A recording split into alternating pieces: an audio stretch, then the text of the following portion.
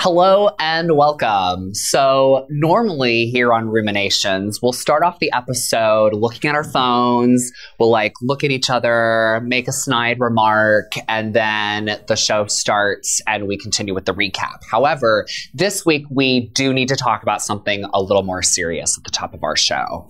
If you've been following drag news at all in the last week, specifically RuPaul's Drag Race news, you may recall that there was an interview with Ru that was published in which Ru made transphobic comments.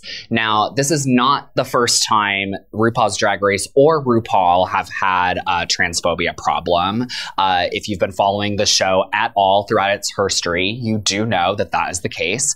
I don't think that this is going to be the last time we see a transphobia problem with this show. And so if the show refuses to get it right over the course of 9 to 10 regular seasons and 3 all-star seasons, I think it's time for us to look elsewhere and into the future to find other ways to propel drag artists into national stardom without having to subject them to the problems that the show poses. Yeah, so that being said, Arson and I have talked and we have decided to use this platform to showcase so many different types of people who do so many different types of drag. So we have something in store for you.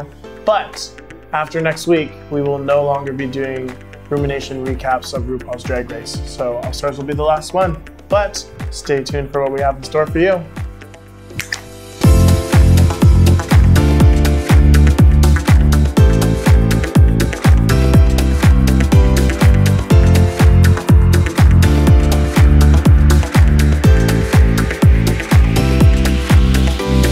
Hello and welcome to Ruminations right here on Jetspace Magazine. My name is Arson Nikki. I'm London Bradshaw. Oh my goodness. Thank you so much for following us through that cold open. Those are important words that needed to be said. And we also have a recap to get to for this week's episode. So London, I am curious as to what your thoughts might be on this week's episode. Oh, she's got the evil laugh. Okay. Nancy Pelosi is dead on the inside. Okay, I wasn't sure if I was watching AMC's The Walking Dead or VH1's RuPaul Drag Race. Oh my goodness gracious. Know your power, use your power, you're Eddie Bauer. So I have a backpack. Wow. Yes. Now I know how you really feel. Hear me out when I say that I'm really excited that Morgan is back, if only for a week. She's excellent television. I was very excited to see Ben bring her back because she's great TV. She starts drama, she ends drama, she leaves by making funny comments about Fifi O'Hara, which we'll get to in a second. And yeah, she's great television. I was here for it, if only for a week. Yes. I don't know if you know, but I mean, you know, obviously, because you're sitting next to me. I do know. Jetspace is filmed in Seattle. What up? We're team Ben de la Christ, Ben's Day Adam all the way.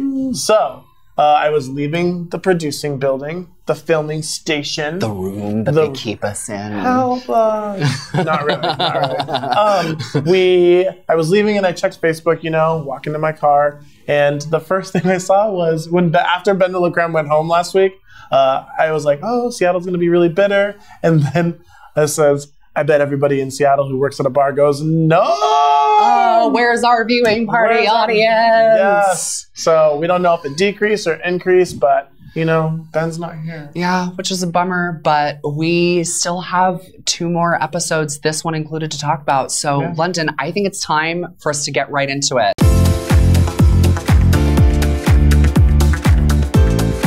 Now it's time for us to step out of the closet and onto the runway because we need to talk about the best and the worst looks on this week's episode. London, let's start at the very bottom. What was your least favorite look this week? Oh my God. You can't say me. I'm not an option. Actually, I really love Arson for those who don't know. The worst looks of my choice is if you're going to be read to filth, do not wear a ball gown in the top 5 of All Stars 3. I feel like there is more options for Kennedy Davenport. Okay. Yes. I'm really weird. And so I feel like she's really weird. I feel like if you're going to be on RuPaul's Drag Race All Stars 3, you maybe shouldn't wear a ball gown. It's your prerogative, and I'm not clocking her. It is a little hard to pick at this point top 5 people because there were some good, not some good. But you could have done so much more. You could have done like sexy lingerie, bodysuit that rips away into another thing, or done a reveal into the gown, just not come out in a gown. She did look good, however, I think, but it just wasn't my favorite this week. Sorry, Kennedy Davenport, but maybe next time. Hopefully you make it to the top 3 or win. We'll see. Probably not. All right, so Nikki. Wow. Opinions. Who is your worst look of the evening? My least favorite look of the evening was Shangela's. And like you mentioned, it's a little tough to pick once we get down this narrow in terms of contestants. But for me, it was pretty clear that Shangela's had the worst construction, at least from where I could see. Maybe HD was just a little too unkind to her. But when we get down to this few contestants, it's those little details that are going to make or break you. And hers had the shoddiest construction. It was a little outside of her box, which I do appreciate, but it just didn't cut it for me this week, unfortunately. But it looked kind of good. In a really strong runway, it just didn't stand out. What about you? What was your favorite look? Not the extension cord attached to Shangela's outfit. Oh, my goodness. My favorite, you went from being in class to teaching the class. Trixie Mattel. Yes! Like, what? Who isn't she? Not Kennedy Davenport. Trixie was schooling the kids this week. I definitely think that her body was on point. I know that you're going to say something about my wig when I say this. I have very particular things about sticking things into wigs. I really like it. Maybe, and you can say it if you want to. Sometimes London likes to stick ceilings on her hair. There it is. Yeah, sometimes her wigs fly together. But the books in her hair and so the apple, good. and I don't know if it was attached or not, but if she wasn't attached, she balanced it really well. So she did a great job. Absolutely. But, I'm assuming it's attached. So it did just her body and the suspenders, just hot for teacher. Hey.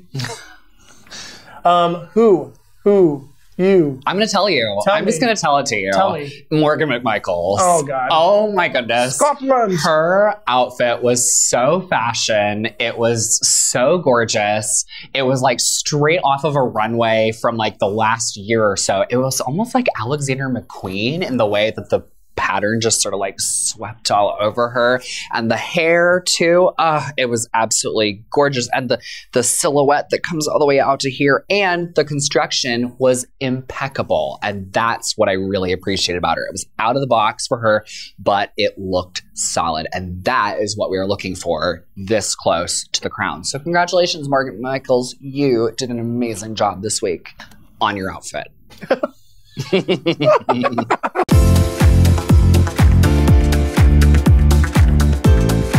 Now it is time for us to get to the tops and the bottoms in terms of performances on this week's episode. Let's just start with the worst again. London, stop licking your thumb and tell me, what was your least favorite performance this week? My least favorite performance, and I know that it seems like I'm clocking her left and right, but it's Kennedy Davenport. Okay, all right. I don't know why I keep saying her name like this. You keep coming for her too, but I'm here for it. I am a really big fan of Emma Stone. So I'm also a big fan of La La Land. And she just kind of, it's supposed to be a comedy, RuPaul's Drag Race, but I don't know. She just took it and she ran with it and she did not accomplish running with it very well. She had, I don't know, there was a rock she tripped on and she's like, oh, like a metaphorical rock? Yeah, metaphorical rock. Not the lamppost that she swung on, but she just wasn't funny to me, and I know that's very comedy serious, but she just didn't get me this week, so yeah. Just all over Kennedy Davenport. I'm so sorry. Okay. You. My least favorite performance this week was actually Shangela's lip sync for Your Legacy. And here's why. I think it is a real bummer and a half when you have this like reveal setup and then you take it off and the joke is that you're in a fat suit and that you're going to do dance moves in a fat suit. That to me is not very funny. It's making jokes in ways that are completely inappropriate and are fat shamey. And for me personally, it comes across as lazy and not and unoriginal. So sorry, Shangela. Maybe come up with a better gag next time and a better reveal when you do your lip sync, because that one wasn't working for me personally. London, on a more positive note, what was your favorite performance? Can we do what we did last week and like say it at the same time? Okay. I'll just say it. Okay. My favorite was Trixie's. Who was your favorite? Trixie. Oh, great. Believe it or not. See, here we go. Why? What? Okay, I'll tell you why. You go first. So, you go first. No, you go first. Okay, I'll go first. If Trixie was to do an impersonation, she would do Jennifer Coolidge. Oh my gosh. Because that's what I know, that Erin Brockovich story is not very funny. It's a very serious story. But all I saw from her was Jennifer Coolidge. Seriously? Like, she wanted a hot dog real bad.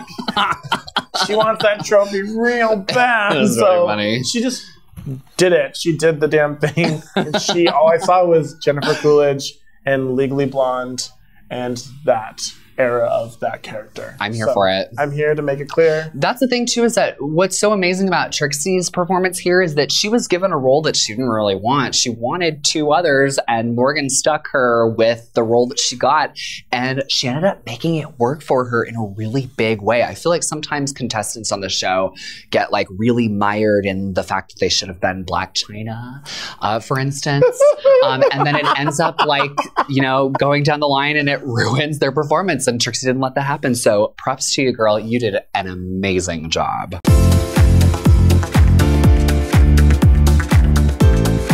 So I was just curious why you looked at me when you were talking about the fat suit and Shangela. And with that, we are moving on to the tea and only the tea, in which we will talk about the shadiest moments on this week's episode. On the episode specifically. London, what was the shadiest moment that you found this week?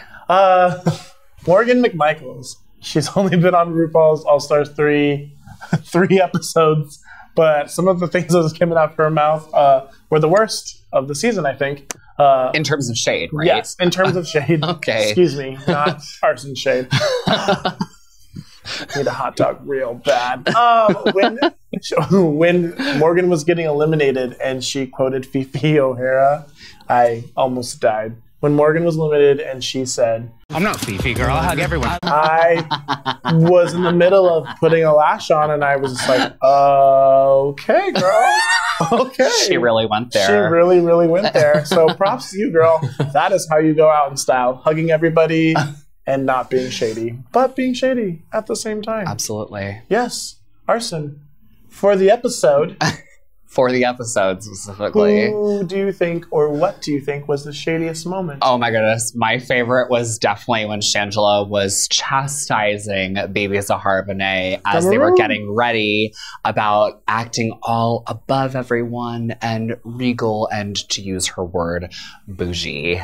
Oh my goodness. All Shangela had to do was make this look.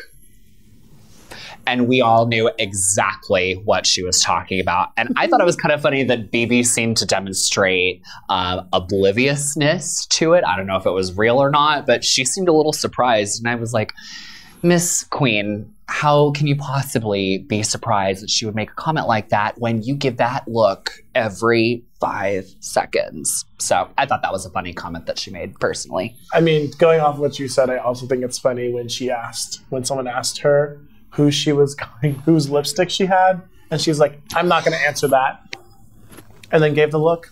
We'll never know. We'll never know. We will die without knowing. Yes.